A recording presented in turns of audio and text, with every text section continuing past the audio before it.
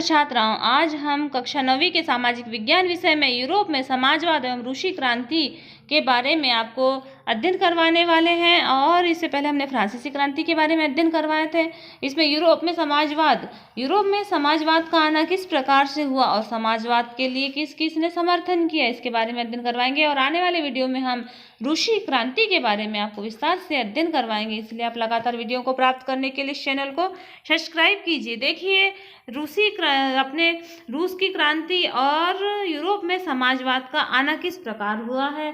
समाजवाद के पुनर्गठन की संभवतः सबसे दूरगामी दृष्टि प्रदान करने वाली विचारधारा समाजवाद ही थी। 19वीं सदी के मध्य तक यूरोप में समाजवाद का एक जाना पहचाना विचार था। शक की तरफ बहुत सारे लोगों का ध्यान आकर्षित हो रहा था। समाजवादी निजी संपत्ति के विरोधी थे, तो समाजवादी, देखिए कि समाजवादी व्यक्ति किसका विरोधी था, तो वह निजी संपत्ति का विरोधी था। यानी वे संपत्ति पर निजी स्वामित्व को सही नहीं मानते थे। वो बोलते थे कि किसी एक व्यक्ति का स्वामित्व नहीं होना चाहिए। उनका कहना था कि संपत्ति के निजी स्वामित्व की व्यवस्था ही सारी समस्याओं का जड़ है।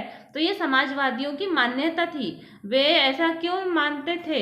उनका तर्क था कि बहुत सारे लोगों के पास संपत्ति तो है और जिससे दूसरों को रोजगार भी मिलता है, लेकिन समस्या यह है कि संपत्तिधारी व्यक्ति को सिर्फ अपने फायदे के से ही मतलब रहता है।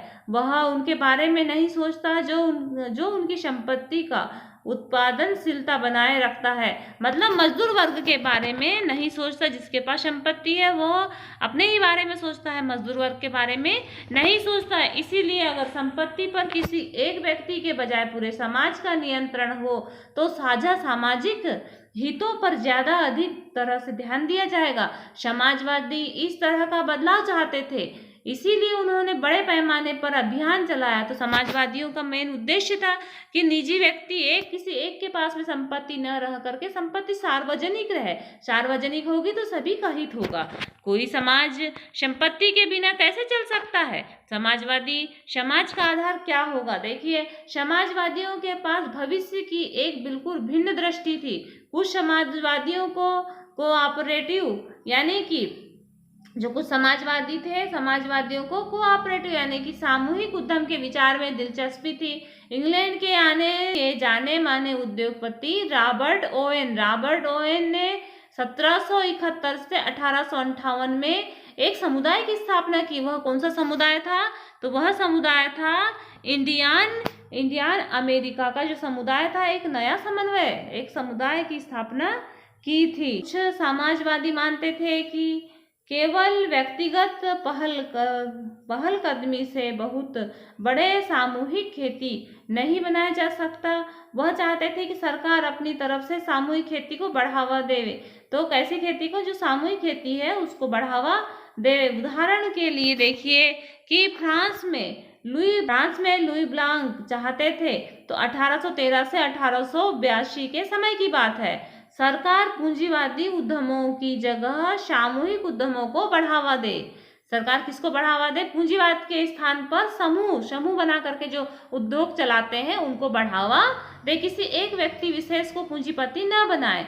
और कोऑपरेटिव ऐसे लोगों के समूह से थे जो मिलकर चीजें बनाते थे। यानी कोऑपरेटिव एक दूसरे को सहयोग करके चीजें बनाते थे। मुनाफे को प्रत्येक सदस्य में बराबर हिस्से में बांट दिया जाता था। तो इसे कोऑपरेटिव समाजवादियों का प्रमुख वर्चस्व था कि वे सभी व्यक्तियों का विकास चाहते थे। कार्ल मार्क्स, देखिए कि कार्ल मार्क्स के द्वारा जो जो चीजें कही गई है, कार्ल मार्क्स और फ्रेडरिक एंगर 20 से 1895 ने इस दिशा में कई नए तर्क पेश किए। कार्ल का विचार था कि औद्योगिक समाज, पूंजीवाद और पूंजीवादी समाज, फैक्ट्रियों में लगी पूंजी पर उद्योगपति का स्वामित्व है और पूंजीपतियों का मुनाफा मजदूरों की मेहनत से पैदा होता है। उनका मानना था कि जो पूंजीपति हैं पूंजीपति जो कमा रहे हैं वो किसके कारण कमा रहे हैं? तो मजदूरों की मेहनत से कमा रहे हैं। मार्क्स का निष्कर्ष था कि जब तक निजी पूंजीपति इसी तरह मुनाफे जो निजी पूंजीपति है, उद्योगपति है, इसी तरह का मुनाफा संचय करते जाएंगे तब तक मजदूरों की स्थिति में सुधार नहीं हो सकता। अपनी स्थिति में सुधार लाने के लिए मजदूरों को पूंजीवाद और निजी संपत्ति पर आधारित शासन को उखाड़ फेंकना होगा। मार्क्स का विश्वास था कि खुद को पूंजीवादी शोषण से मुक्त करें, मतलब मजदूर स्वयं को पूंजीवादी शोषण से मुक्त करे, लेकिन मजदूरों की एक अत्यंत भिन्न किस्म का समाज बनाना होगा। यानी मजदूरों को अपना एक समूह बनाना होगा, एक समाज बनाना होगा जिसमें सारी संपत्ति पर पूरे समाज यानी कि सामाजिक नियंत्रण और स्वामित्व रहेगा। उन्होंने भविष्य के इस समाज को साम्यवादी कम्युनिस्ट समाज के नाम से जाना। तो किस समाज के नाम से? साम्यवादी कम्युनिस्ट समाज के नाम से जाना। मार्क्स का विश्वास था कि पूंजीपतियों के साथ होने वाले संघर्ष में जीत अंततः मजदूरों की ही होगी। जीत अंततः किसकी होगी? मजदूरों की होगी। उनकी राय में कम्युनिस्ट समाज का ही भविष्य का समाज होगा। तो ये मार्क्सवादी की यदि विचारधारा के बारे में पूछा गया तो आपको ये पैराग्राफ लिखना है पूरा, मार्क्सवादी की विचारधारा। अब हम देखते हैं समाजवाद के लिए समर्थक या को किस किस ने समर्थन किया। तो 1870 के दशक आते आते समाजवादी विचारधारा पूरे यूरोप में फैल चुकी। 1870 के अंत तक पूरे यूरोप में फैल चुकी।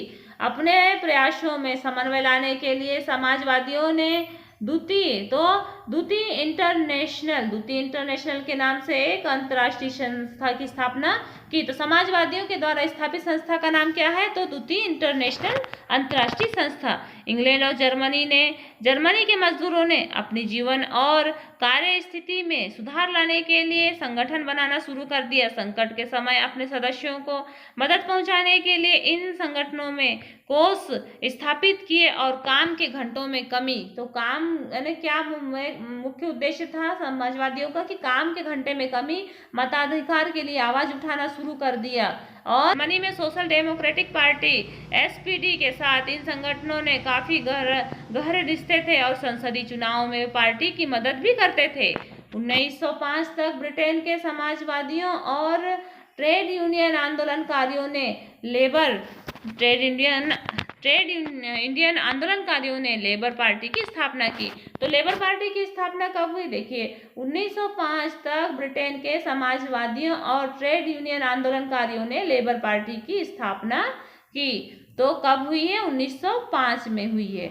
और अपनी एक अलग पार्टी बना ली थी फ्रांस में, जो सोशलिस्ट पार्टी के नाम से ऐसी ही एक पार्टी का गठन हुआ, लेकिन उनवादी कहीं भी सरकार बनाने में कामयाब नहीं हो पाए।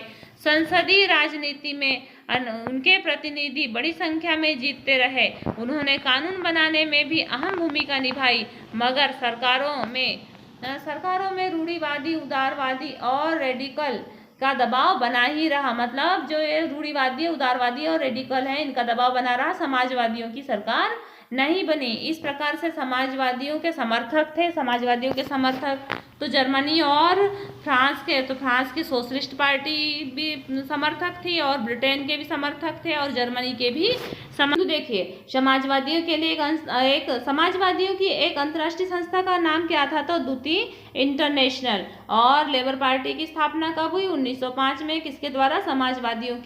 समाजवादी और ट्रेड यूनियन आंदोलनकारियों के द्वारा लेबर पार्टी की स्थापना हुई। इस प्रकार से हमने आज समाजवादी और समाजवादी के समर्थनों के बारे में अध्ययन किया। और जो भी आपको जैसे कार्ल मार्क्स के ऊपर टिप्पणी लिखने को आई, तो आप कार्ल मार्क्स का जो पैराग्राफ बताया गया है उसको लिख सकते हैं। और जो महत्वपूर्ण बिंदु है आप अपनी उत्तर पुस्तिका में नोट कर लीजिए इन्हें। अब हम अगले पार्ट में आपको रूसी क्रांति के बारे में विस्तार से अध्ययन करवाएंगे, इसलिए लगातार इन वीडियो को प्राप्त कीजिए, इस चैनल को सब्सक्राइब कीजिए और अपनी पढ़ाई जारी रखिए। धन्यवाद।